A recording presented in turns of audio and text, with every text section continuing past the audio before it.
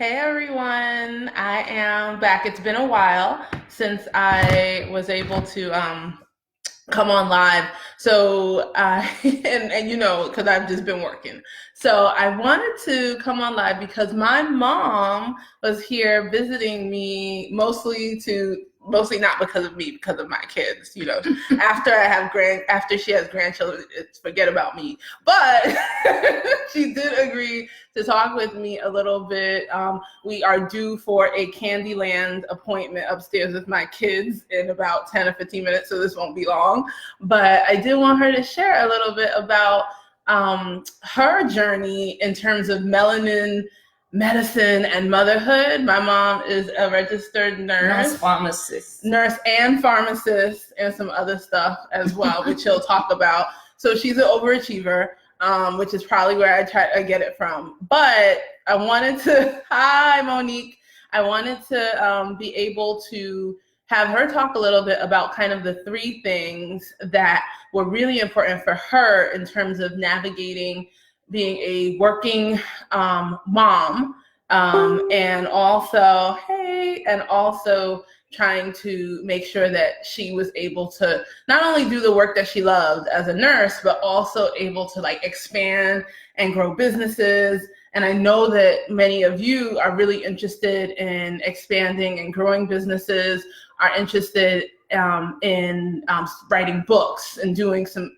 major things. And so, hi, Suzette. So I wanted to bring her on to talk about that. So do you want to just introduce yourself briefly? Because I know you can talk a while, so. Molara. My name is Abosede Thomas, and I do a lot. Like she said, I'm an overachiever, and I love to work.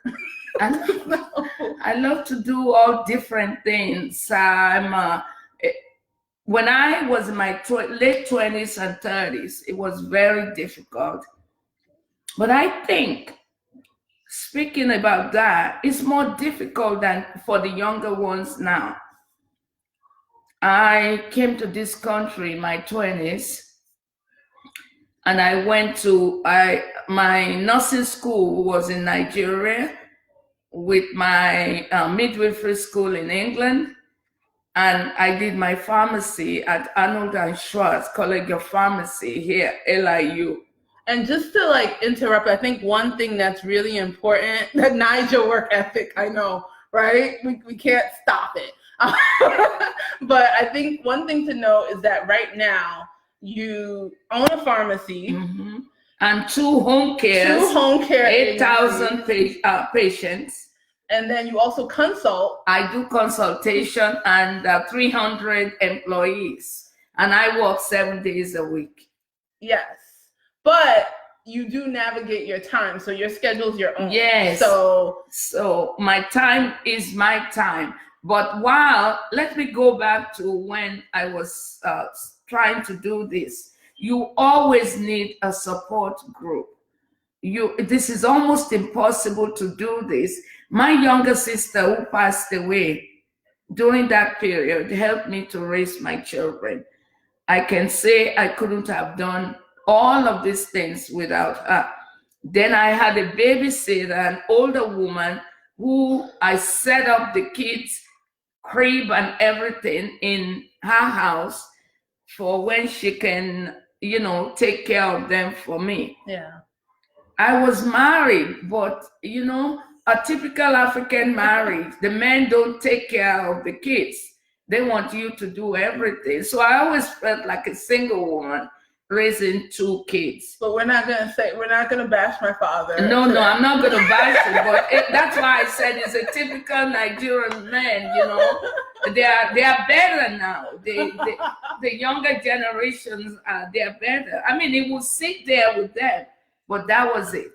So doing that, I was able to go to pharmacy school, work full time at night.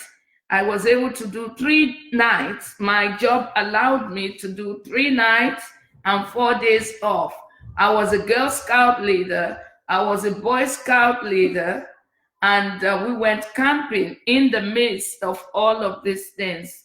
But let's talk a little bit just about kind of, I think there were two lessons there, just even what you said. One was like being able to identify who are the people that I can rely on for help.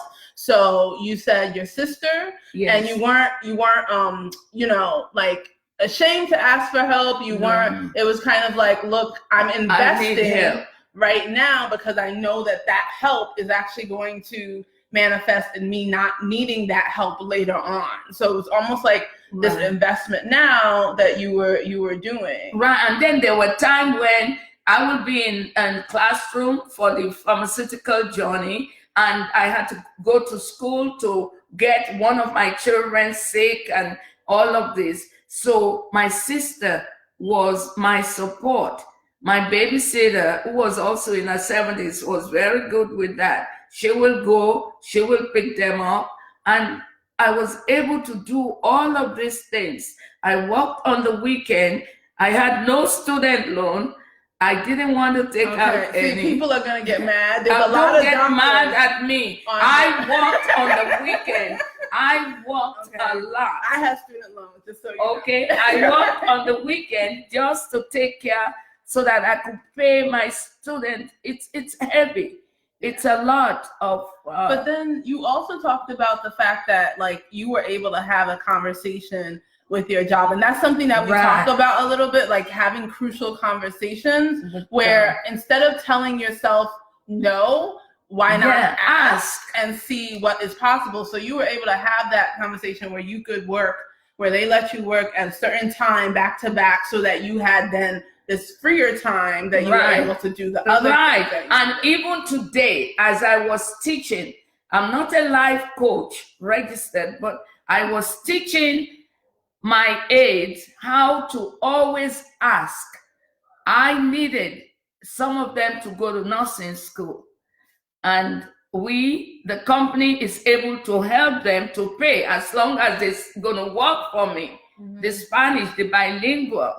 And I found two young people who were bilingual, and they're able to go into the new nursing program for 14 months and come out and work with me at my place of work. They just have to sign papers, so we will pay for them. So that's what I mean by asking. So I asked my job if I could do the 3 nights on, 4 days off.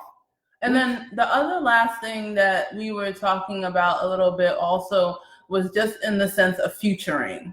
And so as many people, if people work with me, they know about, I always talk about futuring, but kind of the idea that what I'm always being future oriented instead of present oriented. And so the idea of that is like, right now I have these things that are going on in my life. I have to get them done. However, I always have like that little bit of time there where I'm thinking about what can I do now that's actually going to set me up for later on. For the future. I was able to, when I was in pharmacy school, there was a pharmacy right across the street from my school.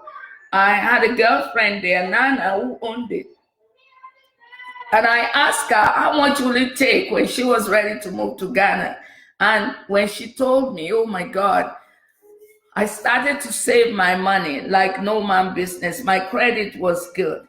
So I was able to buy that pharmacy. I tell you, it's mine today with the building.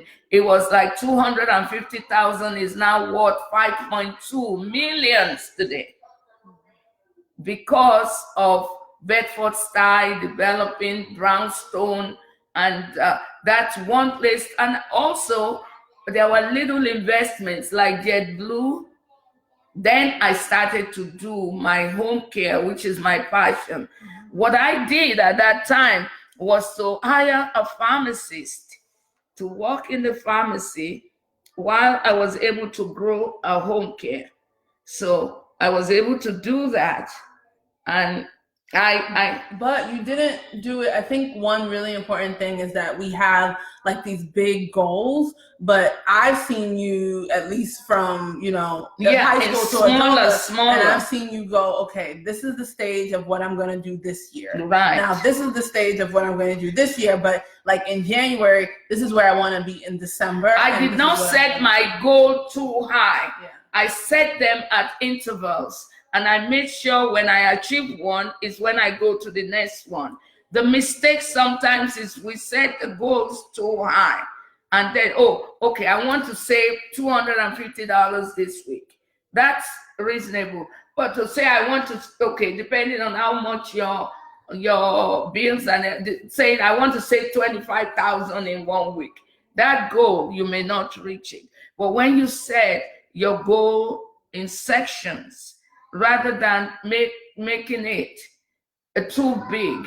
That's why I'm able to do what I do today with all my investments, and I still have the pharmacy. Now I just opened another home care in October, and I opened it in an area where there is a great need in Flushing. There's a great need for it in that area as a Black person to open business in Chinese. Everybody know that's very difficult. I've been able to achieve that. So I wanted to just I wanted to recap kind of the three things. I'm really, honestly, I have always been a salaried physician. My mom knows, and very, very scared of entrepreneurship until recently. And I think a lot of times motherhood does that to you in a sense where now after all of the, getting them, through toddlerhood and getting them into school, Right. that then you start to kind of think about these like little human beings are going to be adults, and what am I actually leaving them? What am I actually going to give them? And who am I? And I think for me, that was a real touch point to say, in the job that I'm in, will I be able to accumulate and also have the lifestyle that I want to be able to watch them and watch them grow, pour into them, and still have time for myself. One thing, Omolara, I wanted to mention that, today is all we see. Tomorrow is not held for us. So it's important that you try to do those things while you're young. Because when old age comes, and old age starts early, recently, it starts earlier than it used to. We need to have something while we're raising the children. Now I'm able to do everything I need to do with my grands. Whatever I want to do, I'm able to do it because of the way I have prepared myself. There is nothing like a business of your own. Even if you work 7 days a week for a business that you own, oh my God, it's worth it, because you don't want to get old and be struggling on the street. And Mom, you don't some want. of us are still employed. I know, but you're still young. You're still young. I was employed. Hi, Ebony. Who else is on? I'm trying to see who else is on. Oh, I can't see all of you. No, it's in the comments. But in any case, so what are they saying about me? They didn't say anything about you. Oh. They might tell me later on after you go. They're respectful to their elders. That's good. That's very important. So in any case, guys, I just wanted to recap really quickly the three things, because the girls are waiting upstairs. One, asking for help. I have no problem doing that, and usually the person. Oh gosh, she dumps everything on me. Okay. So asking for help is really important. And then number two is being able to not say no, like don't limit what is possible. Right. So there may be crucial conversations that you might need to have with your job to to help with that flexibility to get you that lifestyle you want, whether it be, can I work from home these many days? Can I do this? Instead of saying to ourselves, they're never going to say no yes to that. And so that's actually something like I'll train like some of the moms who are in my mastermind around like how to do those conversations what's the best way to position yourself for that success. And then the third thing is futuring and being really clear about, yes, you have stuff that you need to do right now that are urgent, but always spending a little bit of time, maybe once a week or whatever, thinking about what did I do today that actually, or this week, that's actually helping me for the future. Did I do anything in terms of investing something weekly, or have I looked at some courses or things that I need to do to make me better for something future? Right. I think that's really important. And then of course, thinking about yourself, futuring could include coaching, getting investment in coaching, getting investment in how to write, if you're interested in that. These are really important things. So consultancy in different areas. There are so many companies that need small business consultants. And telemedicine. Yes, especially with the doctors. You all as doctors, you have the power, and don't underestimate your power. Even the patients, you may not know this, but they look unto you as gods. We know you not, but you like many gods to them. So when a company needs your help and you have it, even if you don't have enough, you can read up and buckle up with each other. What do you call that? When you all social, when you network. You network. And you can do it. Yeah, and I think that's really important about thinking not to undervalue ourselves. And somebody's coming to us, we've gone to school for this many years, we have loans. If they're coming to us for our IP, for our intellectual property, then we need to know that that's not free. It wasn't free. We invested a whole lot of time, and we need to value it as such. So just wanted to bring those three things out to you. Wanted to introduce you to my mom. And I think that's it, guys. So take care of yourselves and have a good rest of the weekend. It's going, and then I think for most of you, the kids are going to be home tomorrow. So Godspeed and good luck. All right. And thank you so much for having me. Much blessings to you. May you live to see all your children do beautiful things in life. Don't hesitate to work hard. It pays. Thank you. Good night. Okay, now she's getting a little too. I'm going up the Facebook Live. So see you guys later. Take care. Bye.